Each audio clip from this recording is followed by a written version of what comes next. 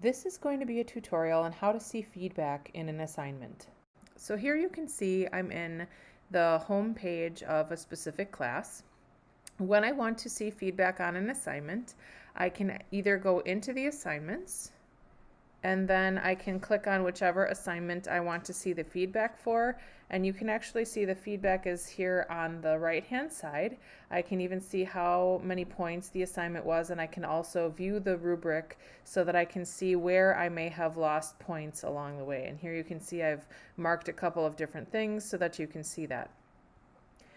If you decided to go into the grades link, you can actually see also different assignments that you might be missing. Here's that assignment that I just viewed. So if I click on that again, I would actually be able to see the comments. Here I've said it's difficult to see one object from another. There needs to be more contrast, which you could do by adding color to the circular shapes or by adding value and pen to the background. Obviously, I'm making that up. There isn't really an assignment attached here, but you can see how specific the feedback is. If you went in and you actually fixed those things, you would earn more points.